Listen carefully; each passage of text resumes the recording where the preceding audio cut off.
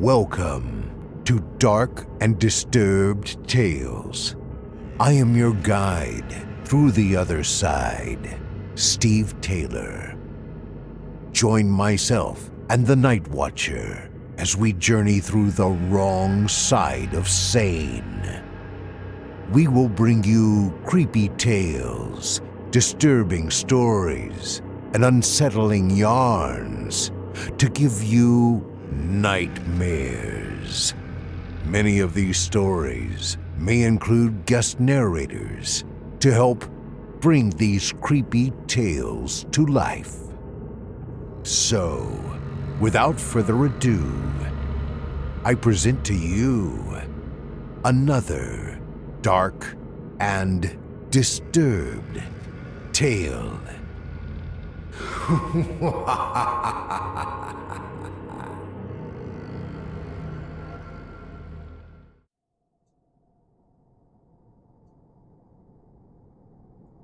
Something is wrong. Consciousness drifts back to me lazily, like an incoming tide as my mind and body awake in stages. At first, it is dark, and I have no form. Just a terrified animal spark suspended in a featureless abyss. My primal hindbrain sends useless impulses to my unanswering body, demanding that I run and hide. But I am still. How long I drift here, I do not know. And the darkness devours time. Gradually, I become aware of muted sensory impressions.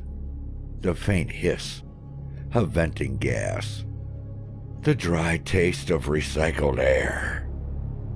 It is utterly black, however.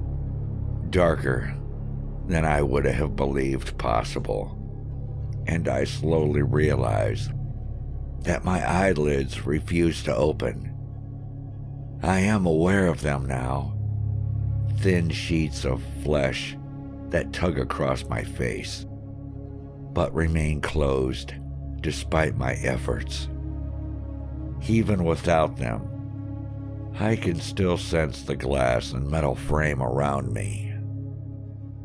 With a dawning wave, I realize how cold I am. So cold that for a hideous, protracted moment, I believe I may be on fire. I begin to panic, still trapped inside my nearly lifeless body, wanting to slither and crawl away from the pain. My lips part with a tear of flesh, and I can feel blood trickling into my mouth, growing instantly cold as it runs between my clenched teeth.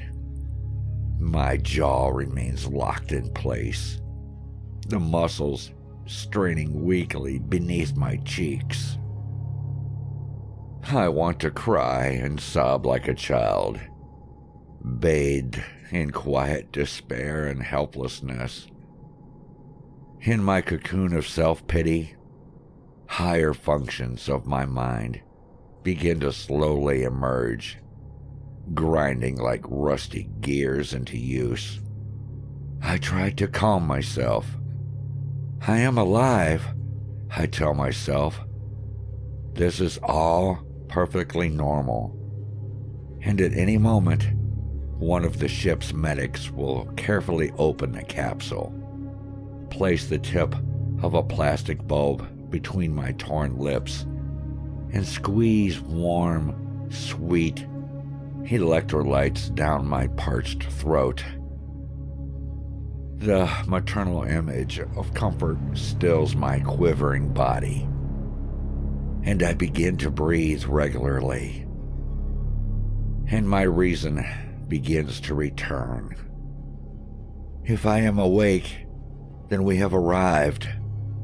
The long, silent passage through the endless night of interstellar space has ended, If I am alive, then we are in orbit around Eta Cassiopeia.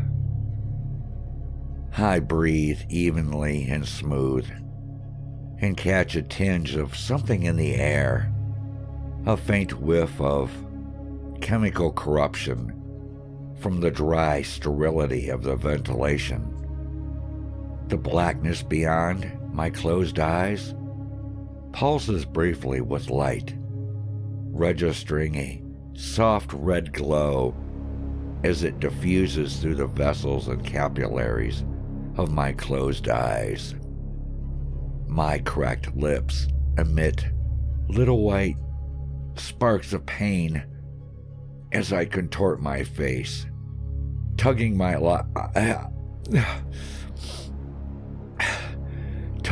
eyelids open with a quick and agonizing jerk of my head. Fluid weeps from the corners as I blink convulsively. At first, I am terrified that I am blind. Then slowly, the edges of my tiny capsule resolve in the faint light of blinking LED lights. The glass is just a few inches from my face, and I can see my breath against it. A wet fog that briefly flowers into ice and quickly evaporates into the dry air. Beyond the glass is nothing. A silent and yawning darkness. My heart is thudding in my chest now, and my limbs seem to twitch and tug on the safety restraints around my ankles and wrists. The tight glass coffin and the empty abyss beyond seem to crush me between them. Twinging threads of claustrophobia and agoraphobia around my chest, and I struggle to breathe evenly. The lights should be on. Someone should be here by now. Something is very wrong. Faint movement at the periphery of my eyes causes me to turn my head, and eyes in a sharp, instinctual move. The weary, atrophied muscles of my neck scream in agony. My eyes grind like through sandpaper-filled sockets. I gasp, and my eyes fill with warm, welcome tears that, without gravity, simply cloud my eyes and make seeing even more difficult. Through the watery haze, I see a passing wave of dull red light, illuminating briefly the dimensions of the space in the dark, and then drifting out of sight. I shake my head, gritting my teeth against the dry, tearing pain of movement, and fling tears from my eyes as I try to shake them away. They drift away in little silver spheres and freeze moments later. I blink my eyes and try to focus again on the darkness. I barely realize that I have stopped breathing when the light returns. It is a red emergency light, spinning quietly, but it is far too dim and far too slow. It crosses the room, briefly revealing the faintest glimpse of the space beyond. I see rows of dark containers, dozens of them, each containing the vague shadow of a figure. My eyes dart around the scene, unable to absorb any details, only the vague sense of scale and shape inside the room. I strain my eyes to focus each time the light passes, but I can't make out anything in the dimming light. There is nothing in the darkness that can tell me what has gone wrong. I didn't see the window at first, but I gradually became aware of it as a faint pinpricks of starlight catch my eye. I lock my eyes and focus on the drifting stars as my heart threatens to burst from my chest, and my lungs suck in frigid air in ragged gasps. Calm, I repeat over and over like a mantra to myself. Calm, just stay calm. If I can get control of my breathing and be patient, someone will come to help. Like an answer, there is an explosion of light from beyond the window. I squint, feeling my irises spasm and struggle to contract. Outside the porthole, there is a blue and cloudy world, looming and massive. My eyes adjust, and all I can do is try to drink in the sight of the oceans and land. The planet light seeps into the cabin and illuminates rows of glass steel tubes, and I can finally make out the occupants. Most of them are frozen and dead. Pale blue and white race, with lips and eyelids pulled wide and opened by contracting muscles. A few of the containers are smeared with red and opaque blood, and each has the same flower of frozen blood and cracks, where its occupant must have beat his skull against the glass. I tug on my restraints as panic overwhelms me, my limbs thrashing against the restraints. I realize I am silently asking God, begging escape from this frozen mausoleum. My eyes lock onto the planet, now wide and filling the window. My heart stops. In the blue ocean, I see the distant silhouette of the European coast. My mind reels, and I clench my eyes against the disorientation. Oh my God, we never left. The fever of panic breaks, and I begin to feel a glimmer of hope. We never left. I'm not going to die in orbit around an alien world. I am home. I can still be saved. These thoughts start to warm me, and I stop tugging against the straps.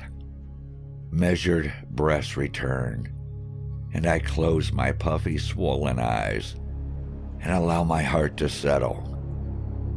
I open my eyes again, gazing down onto the earth, and with a sudden wave of nausea rises in me before I really understand what I've just seen.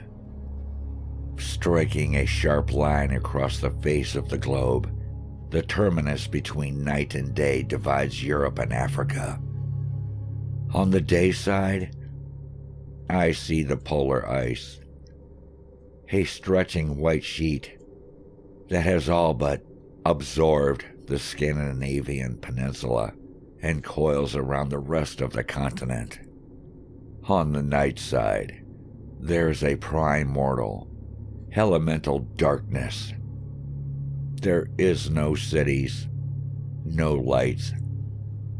There is just emptiness. As quick as it came, the earth slides out of view, showing only her frigid and lightless night, and dropping the cabin into a final, cold darkness. The red Claxton light has stopped spinning. The lights inside my coffin have stopped blinking. I am left alone in the frozen dark with the dead. Terror claws at me.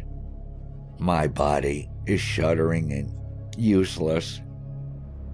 With blood like ice, I suck in a deep lungful of air and scream.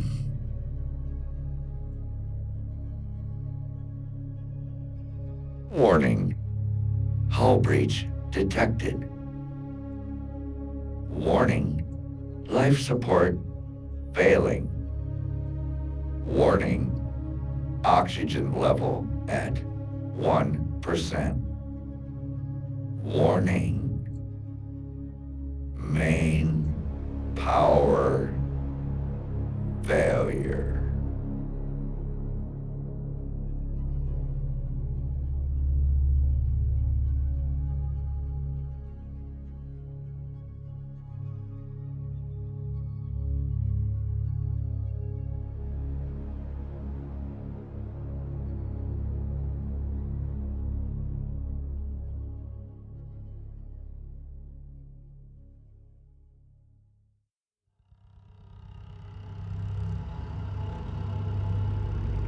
Well now, was that creepy, disturbing, or just plain unsettling? I don't think I'll get any sleep tonight. On our next visit, I look forward to sharing with you another unsettling, disturbing tale. It is almost time for me to go. So as the darkness calls and our journey ends, I hope you will join us here again for more dark and disturbed tales. I'm your host, Steve Taylor.